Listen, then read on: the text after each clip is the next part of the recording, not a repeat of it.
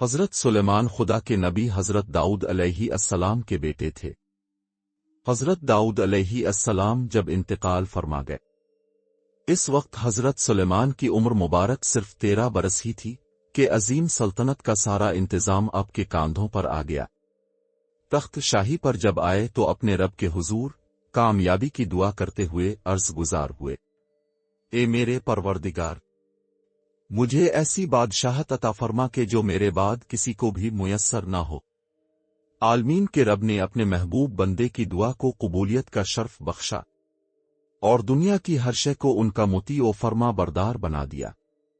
نبوت و حکمت سے سرفراز فرما کر ہوا، سمندر، پہاڑ، دریا، چرند، پرند، انسان، حیوان، جنات و شیاطین، مال و دولت، نباتات و مدنیات، حتیٰ کہ جانوروں اور پرندوں کی بولیوں کا علم تک اپنے نبی کے قدموں میں ڈھیر کر دیا۔ خود خدا قرآن کریم میں فرماتا ہے کہ ہم نے تند و تیز ہوا کو سلیمان کے تابع کر دیا۔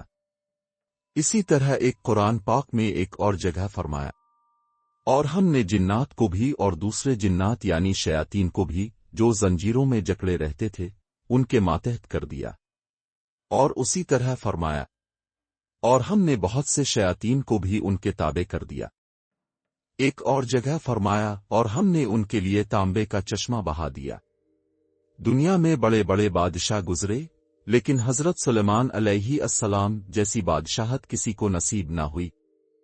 اللہ کے برگزیدہ بندے اور بنی اسرائیل کے نبی حضرت سلیمان علیہ السلام کے والد بھی نبی تھے۔ ارشاد باری تعالیٰ ہے، اور ہم نے یقیناً داؤد اور سلیمان کو علم دے رکھا ہے۔ اللہ تعالیٰ نے حضرت سلیمان کو جانوروں اور پرندوں کی بولیاں جاننے کا علم دیا تھا۔ ایک مرتبہ حضرت سلیمان جن و انسانوں اور حیوانات کے عظیم لشکر کے ساتھ کسی جگہ تشریف لے جا رہے تھے۔ لشکر عظیم چلتے چلتے ایک ایسی وادی میں پہنچا جو بے شمار چیونٹیوں کا مسکن تھی۔ چیونٹیوں کی ملکہ نے جب لشکر کو دیکھا تو کہا، اے چیونٹیوں، اپنے اپنے گھروں میں گھس جاؤ، ایسا نہ ہو کہ بے خبری میں سلیمان اور ان کا لشکر تمہیں روند ڈالے۔ حضرت سلیمان علیہ السلام نے اس کی بات سنی تو مسکرا دیے اور اللہ سے دعا کی، اے میرے پروردگار، تو مجھے توفیق دے کہ میں تیری ان نعمتوں، احسانات کا شکر بجا لاؤں جو تو نے مجھ پر اور میرے ماں باپ پر کیے ہیں۔ حضرت ابن عباس سے منقول ہے کہ نبی اکرم نے 4 جانوروں یعنی حشرات کو قتل کرنے سے منع فرمایا ہے: چیونٹی، شہد کی مکھی، ہدہد اور لٹورا۔ ایک مرتبہ حضرت سلیمان علیہ السلام نے سفر کے دوران ہدہد کو حاضر ہونے کا حکم دیا۔ ہدہد اس وقت موجود نہیں تھا۔ اس کے بغیر اطلاع غیر حاضر ہونے پر آپ کو جلال آ گیا اور فرمایا، اگر ہدہد نے غیر حاضری کی معقول وجہ نہیں بتائی تو اسے سخت سزا دوں گا یا ذبح کر دوں گا۔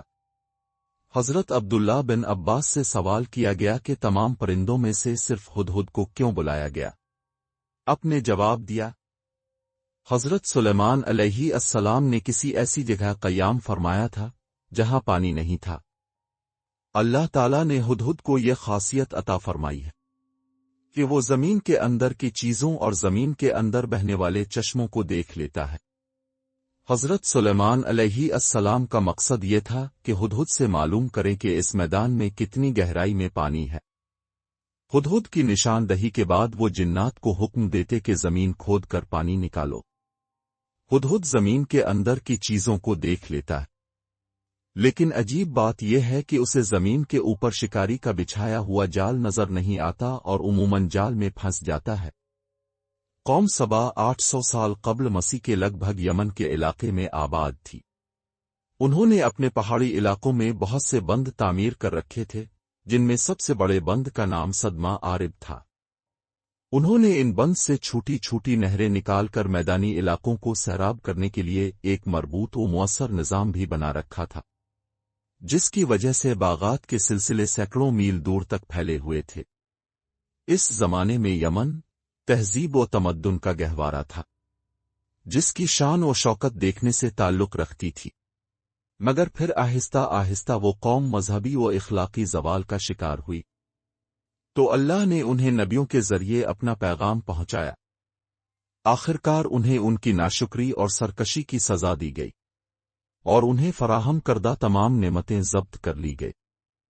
اللہ تعالیٰ کے حکم سے ان کا سب سے بڑا بند صدمہ عارب ٹوٹ گیا، اور یوں ایک خوفناک سیلاب اللہ کا عذاب بن کر ان پر ٹوٹ پڑا، اور اس قوم کا نام و نشان ایسا مٹا کہ دنیا میں ان کی صرف داستانیں ہی باقی رہ گئی ہیں۔ قوم سبا پر سیلاب کے عذاب کا یہ واقعہ حضرت محمد کی ولادت سے تقریباً 125 سال قبل یعنی 450 عیسوی کے لگ بھگ پیش آیا۔ بند ٹوٹنے کی وجہ سے یہ علاقہ مکمل طور پر تباہ ہو گیا۔ سیلاب کے عذاب سے زندہ بچ جانے والے لوگ عراق اور عرب کے دوسرے علاقوں میں ہجرت کر گئے۔ یثرب میں آباد ہونے والے قبائل اوس اور خزرج کا تعلق بھی یمن سے تھا۔ قوم سبا کی تباہی کے بعد مذکورہ تجارتی شاہراہ پر قریش مکہ کی اجارہ داری قائم ہو گئی۔ ملکہ سبا کا نام تاریخی کتب میں بلقیس بنت شراحیل بتایا گیا ہے کہ ملکہ بلقیس کے باپ دادا ملک یمن کے بادشاہ تھے۔ روایت کے مطابق ملکہ بلقیس کی ماں جنات میں سے تھی۔ ان کے باپ نے ایک جن عورت سے شادی کی تھی جس کا نام بلما بنت شیان تھا۔ اس کے بطن سے بلقیس پیدا ہوئیں۔ اللہ تعالیٰ نے ملکہ بلقیس کو وسیع مملکت، شان و شوکت، مال و دولت، ہیرے جواہرات کے علاوہ خوب جمال و خوبصورتی بھی عطا فرمایا تھا۔ ان کی قوم سورج کی پوجا کرتی تھی۔ بعض نے لکھا کہ مجوسی تھے جو آگ سمیت ہر روشنی کی پرستش کرتے ہیں۔ حضرت سلیمان نے ہدہد کو خط دیا کہ وہ ملکہ بلقیس کو دے جس میں ان کو توحید کی دعوت دی گئی۔ ہدہد نے حضرت سلیمان علیہ السلام کا خط لیا اور اڑتا ہوا ملک یمن پہنچا، اور محل کے اندر ملکہ کو تلاش کرتا ہوا اس کے کمرے تک جا پہنچا۔ دیکھا کہ ملکہ اس وقت آفتاب کی پوجا کر رہی ہے۔ ہدہد خط اس کے قریب ڈال کر وہاں سے دور ہو گیا۔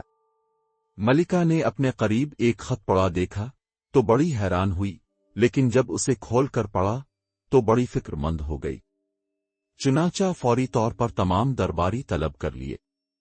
ملکہ بلقیس اپنے دربار میں ہیرے جواہرات سے مزین خوبصورت شاہی تخت پر بیٹھی تھی۔ تمام درباری تجسس بھری نظروں سے ملکہ کی طرف دیکھ رہے تھے اور بے تابی سے منتظر تھے کہ ملکہ عالیہ اچانک ہنگامی اجلاس طلب فرمانے پر کچھ خیال کا اظہار کرے۔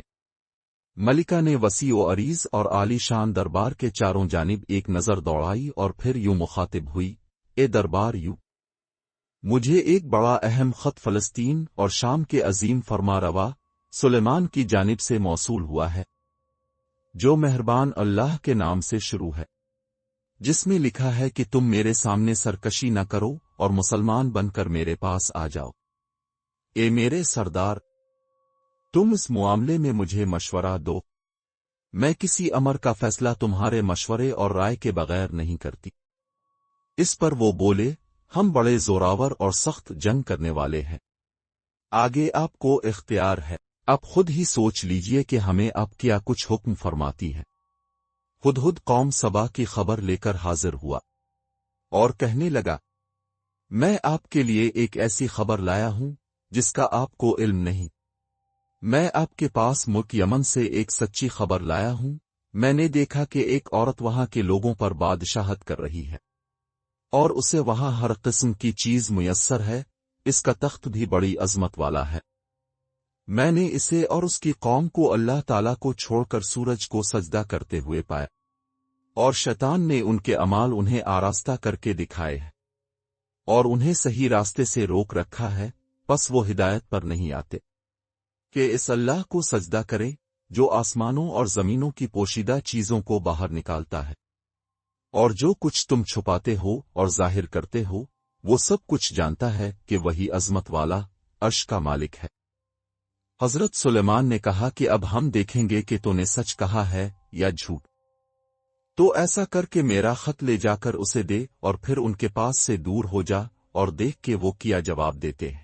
ملکہ سبا نے کہا کہ یہ طاقتور بادشاہ جب کسی بستی میں داخل ہوتے ہیں تو اسے فتح کرنے کے دوران اجاڑ دیتے ہیں اور وہاں کے باعزت لوگوں کو قتل و غارت گری کے بعد قیدی بنا کر ذلیل و خوار کر دیتے ہیں، اور یہ لوگ بھی ہمارے ساتھ ایسا ہی کریں گے۔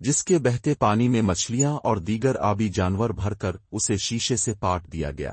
شیشہ اس قدر شفاف تھا کہ ظاہری نظر میں کوئی پہچان ہی نہیں سکتا تھا کہ پانی کے اوپر شیشے کا فرش ہے۔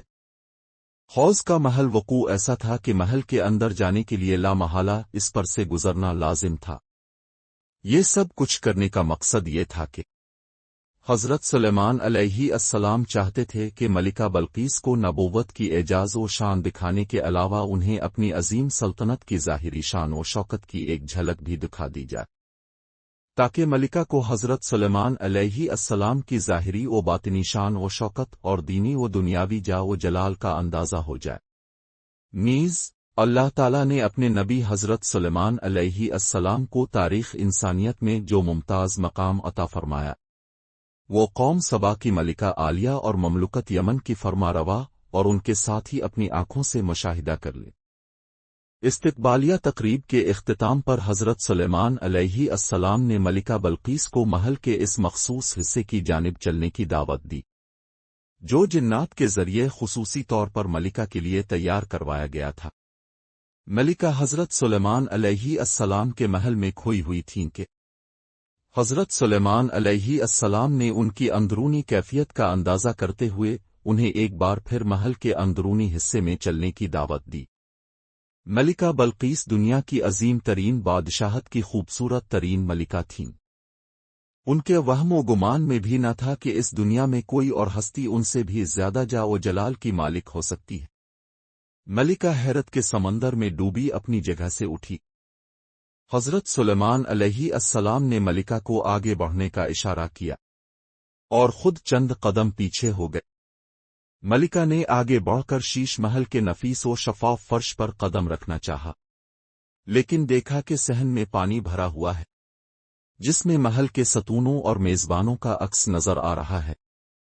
تو ملکہ نے سوچا کہ شاید پانی سے گزر کر آگے جانا بھی اس ملک کی کوئی استقبالیہ رسم ہوگی۔ چنانچہ انہوں نے پانی سے گیلا ہونے سے بچانے کے لیے اپنا دامن اوپر اٹھایا۔ حضرت سلیمان علیہ السلام نے کہا، یہ ایسا محل ہے جس کے نیچے بھی شیشے جڑے ہوئے ہیں۔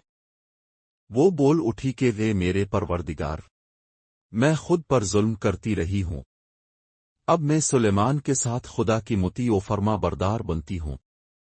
یعنی جب ملکہ کو فرش کی حقیقت کا علم ہوا تو اپنی کوتاہی اور غلطی کا بھی احساس ہو گیا، اور انہوں نے اپنی کم علمی کا اعتراف کرتے ہوئے مسلمان ہونے کا اعلان کر دیا۔